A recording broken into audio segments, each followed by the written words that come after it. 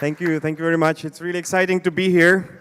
And I will tell you at the beginning and also at the end, not just that I got invited here, but also the organizers made a special event tonight, 6:30 in the Tech Park. We've got a Liberland barbecue. So I hope that you will show up as well as the 200 Liberlanders that are there in Lithuania. But first, let me start with a little story about myself, right? I was into changing the world for better in Czech Republic for many years. I also ran my YouTube channel, 20 million views, and a lot of translation, explaining people that liberty is actually a good thing. It's not a good idea to regulate markets, to have high taxation. Then we started a political party. We made it all the way to the European Parliament. We had some members there, very exciting. But when you actually get to that point and you realize that you wouldn't be able to change anything, even though you would have the majority in that parliament, that the system was not meant to be there for any changes, and that basically it's very low chance that you are able to change anything from within. You just start to think differently. And roughly 3.5 years ago, we started to look for a country. We were looking all around the world, and then we find a spot, and everybody asked me, how did you find the place? And I just said, I just Googled for it, and I went to Wikipedia, and I spot a very nice place between Croatia and Serbia, 7 square kilometers. And we went there, okay, and we basically stuck the flag, right, like this, and it was amazing. And I've got just an inverse interview in my laptop that I need to finish, and they were asking me, show us a proof that you received 200,000 applications the first week. So I went to the database and I double-checked how many applications we actually received the first week alone, and it was almost 300,000. It was crazy. It was madness. We just, out of the blue, we had all the world media. I had the AP, AFP, Reuters. Everybody was in my flat back when we came back to Prague. And everybody was really excited about it. I was like, whoa, there is a really high demand for building a truly free society, a truly free country. It resonated with CNN, Russia Today, and there will be a small documentary about Liberland on Russia Today, by the way, as well. The CNN team, I hope they will come in the summer as well. So, it's 3 years now, and it still excites people to a very high degree, which is pretty cool. We are expecting that we will, at best, receive like 20,000 applications for citizenship, and we are now almost at 600,000. We founded Liberland on principles of liberty. We looked deeply what was done correct or wrong in the United States.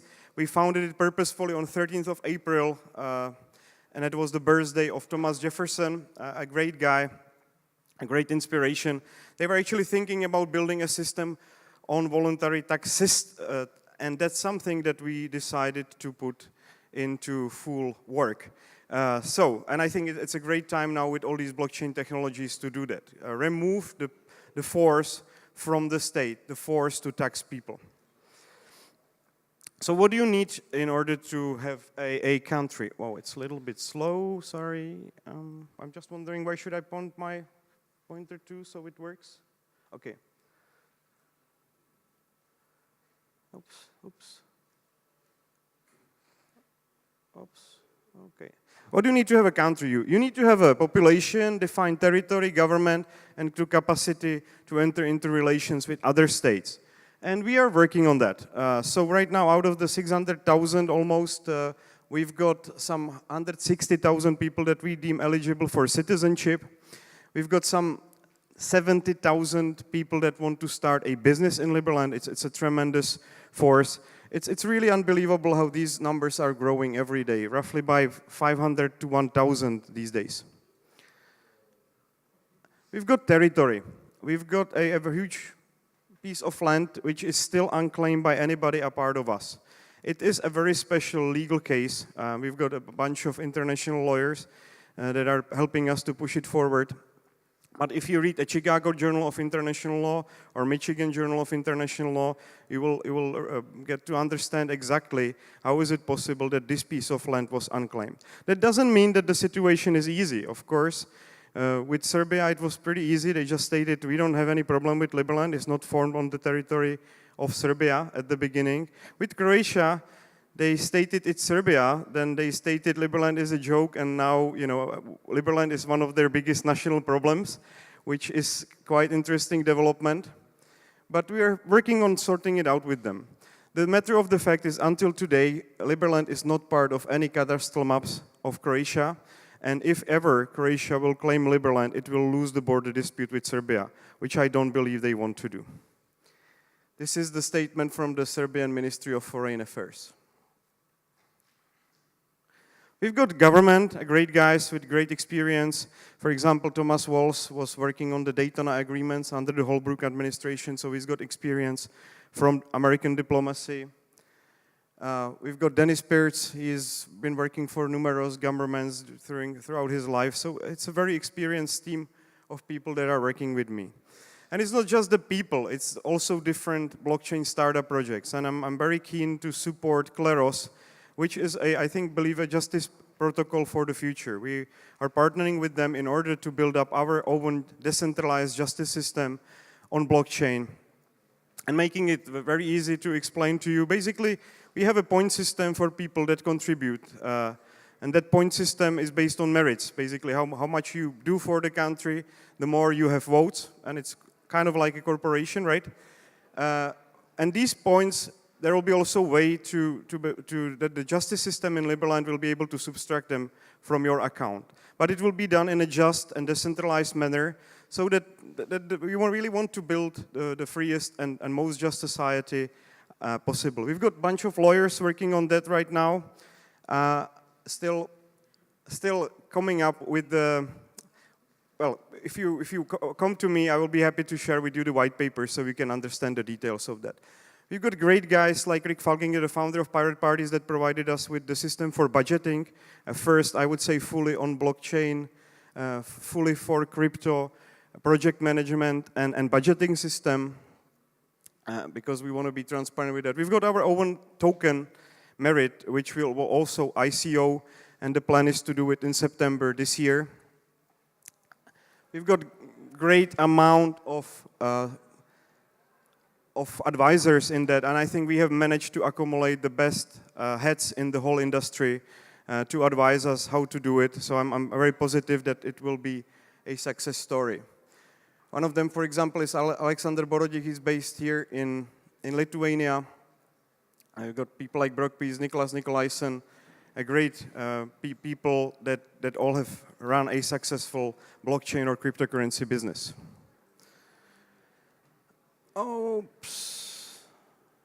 Well, there is a nice quote. You can't be in a real country unless you have a beer and an airline. It helps if you have football team or some nuclear weapons, but at the very least, you need to have a beer. And I was very excited that we actually had beer right after Liberland was started. It was only 14 days, I think, and the idea was there, and then it was brewed like a half year after. But it bankrupted, and I think that's fair, that's free market. It was not state-owned or state-subsidized brewery.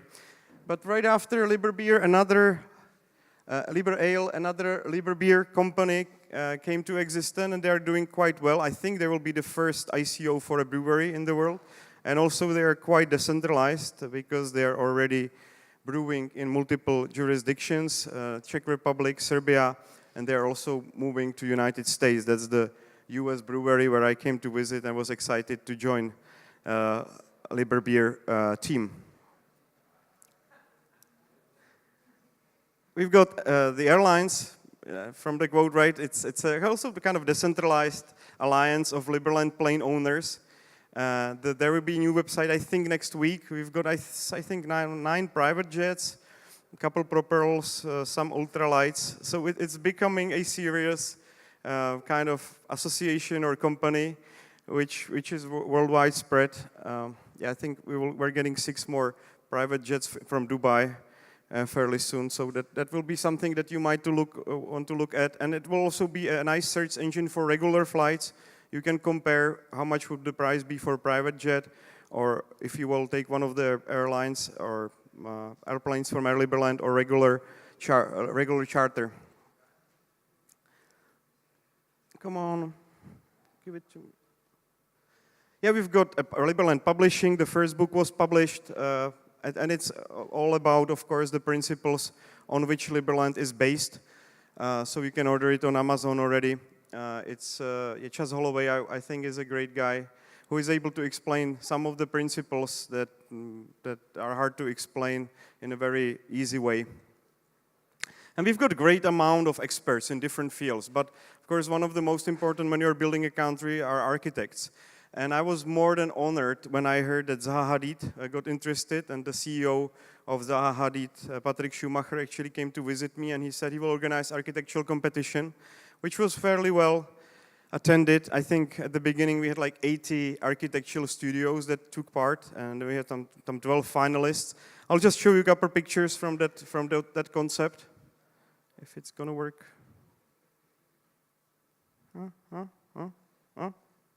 Okay, that's one of those nice designs how Liberland could be developed. That's another, kind of, let's make a golf course and a couple towers scenario, but I also like it because it would be very respectful to the environment. And this is actually how it looks here, right? You've got a beautiful sandy beaches all over Liberland here. You've got some meadows, you've got trees all around the place, and that would just, let's say, make it look a little bit better. That's another view how Liberland could be developed. This proposal came from Harvard, very well thought through, maybe more classical approach to the whole issue. If you look into our cadastre maps, and we are the only country now running cadastre maps for this area, it would pretty much look like this. It's on e/liberland.org. Oh, come on. Okay, we've got now 100 representative offices, and that's the third point, like have contacts with other governments. And you see that the world is getting greener and greener every single week. I would say we are now opening a new representative office in some part of the world. I've got the guys from Liberia that want to get in touch with me because they made some substantial progress there right now on the call. So it's going to be green over in Africa in many places. We are making actually a big diplomatic event for African countries in London next month. So I hope it will get much greener, but also it could stem in a number of international recognitions. That's our office. That was the first one in Belgrade. It was quite exciting, but now it's growing. It's growing as a blockchain hub. It's a really meetup for the people that are oriented towards liberty. So feel free to visit. There will be on the new website all the embassies that we have around the world. Okay, I skipped a couple pictures, but the first recognition that Liberland got was from Somaliland, and we actually purposefully picked Somaliland because it's a crazy situation in which a fully functional country that has a decent government with like zero terrorists, with nice free market, society-oriented principles, which is really a peaceful place, unlike Somalia, which everybody knows, and nobody wants to go there because it's a complete mess. Nobody knows about Somaliland.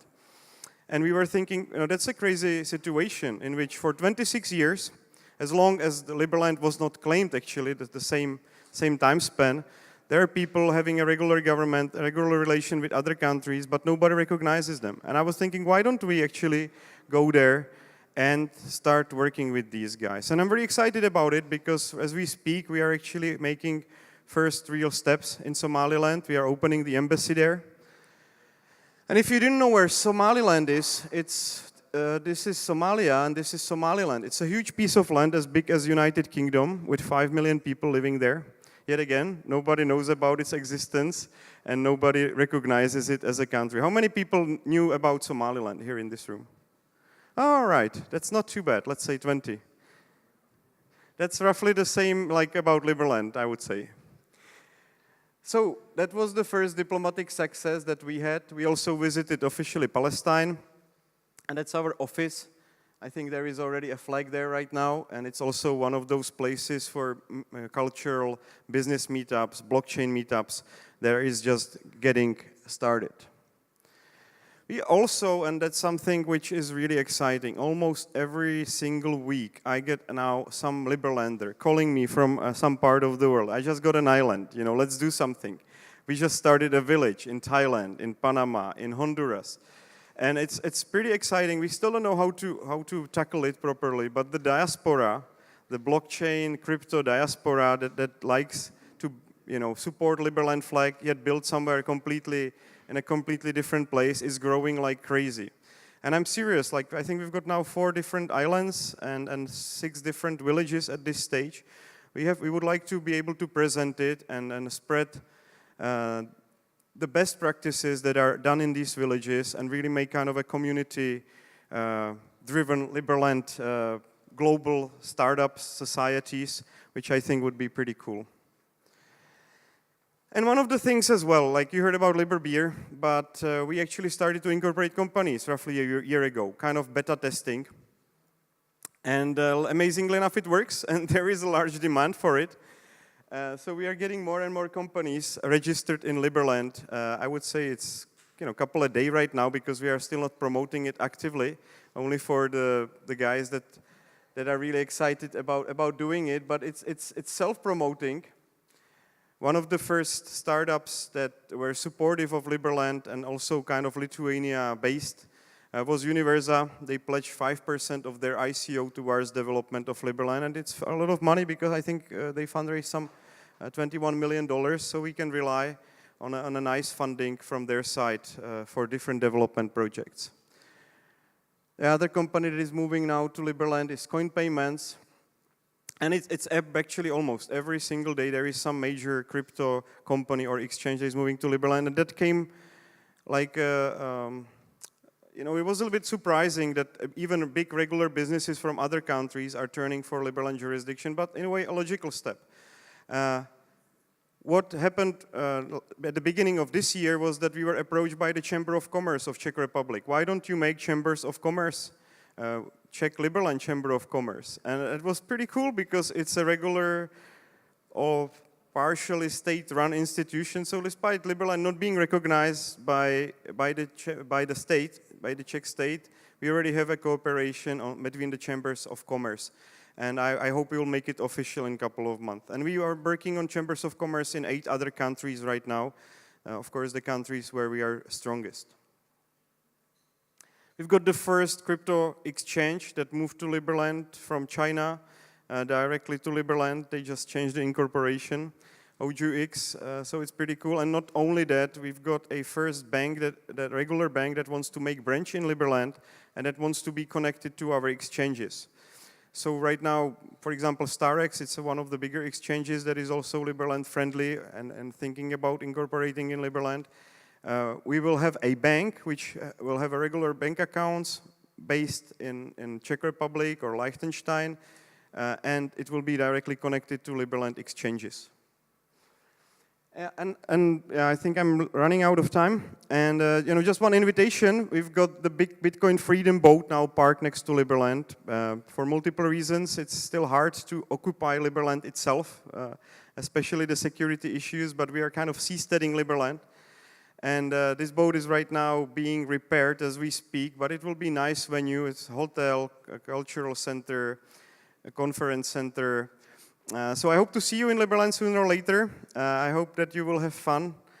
If not this summer, then hopefully next summer. And it's a really nice place, all around Liberland, beautiful sandy beaches. So it's very easy to contact me. It's president@liberland.org. And if you either want to become citizen and you want to do fast track, or you want to incorporate your business in Liberland, or you want to come and visit, just message me and I will forward you to the right person. Thank you very much. There for a second. So, lots of questions, but really, really amazing progress, number one, in 2 years, 2.5, 3 years? Yeah, well, the first half year was madness. I wouldn't even call it like we could do anything. Yeah. So, we got a lot of questions. People are going to take a 20-minute break, and if you're willing to, I'm sure they'll want to ask you some and take the conversation down the hall. But one just that shows up for me that kind of builds on the other thing is, what is the succession plan, right? So you just handed out your email to a bunch of strangers, which is great now, but what is the government structure? Because you showed a lot of government structure for core services, but as it relates to the role that you're currently occupying, will that be more of a monarchy kind of thing? Will there be an election process? If so, will there be multiple branches? What are your thoughts as far as governing beyond the founding of this country, and what will that maybe look like? I think that's the biggest mission that Liberland has, really come up with the best governance solution for the next century and kind of get the other nation states ready for this new era of decentralization. And, it's kind of great, Bitcoin, right? You have your full sovereignty, but on the other hand, then you become, if you steal 100 million Bitcoins, there is no way that the state could get it back from you. So like there is something needs to be fixed a little bit from that way, but much more has to be fixed on the side of nation states, right? The amount of inefficiency and corruption, the taxes are just too high in many countries. We're slowing our own progress tremendously. For example, just one example, European Union says that it slows down economic progress by 3.5% with all 200,000 pages of regulation. 3.5% in Europe a year, which basically equals a destruction of 50% of all wealth of the society every 20 years. Can you imagine that these bureaucrats are able to throw atomic bomb on half of the continent every year? It's just invisible destruction. So there is so much we need to fix in those things. Republic was a great concept, but it doesn't really work that well. I think there is a problem between the taxation and the vote system. Somebody kills 20 people, steals 20 million, he's got one vote. Some person pays taxes 20 million, he's got one vote. There is something fishy about it. Everybody says it's a democracy, it's all right. I don't think so. We need to incentivize people that contribute to the society. We have to actually give them more to say. So Liberland has a lot of things in our constitution from Republic, but we also have meritocracy. Basically, the more taxes you pay, the more you have to say. And then we've got a little bit of kind of monarchy element to it, but it doesn't mean that I'm the monarch. It means that the merits will be inherited. So there is a kind of a continuation of the stake that you have in the state. And I think that it's also a viable thing. It works well. And it's a democracy as well because we will give majority of citizens possibility to veto the decisions by merit holders. So the two things are in balance. So thank you for the question. It's hard to explain. I think it's very interesting. Easily. And we talk about America as the grand experiment, and I think what's ironic is that in the West we sometimes idolize these things of America, and sometimes we don't. But when we say it's a grand experiment, we forget the experiment part. and we act as if it's the answer. And I think what you're doing is a grand experiment. And so I commend you for taking the bold leap. And it's an exciting time to live. The next 10 years will be very interesting. Great. Liberland Thank you. might be everywhere around the world. It's a pleasure to meet you. Yeah. Great. Give him a hand, guys.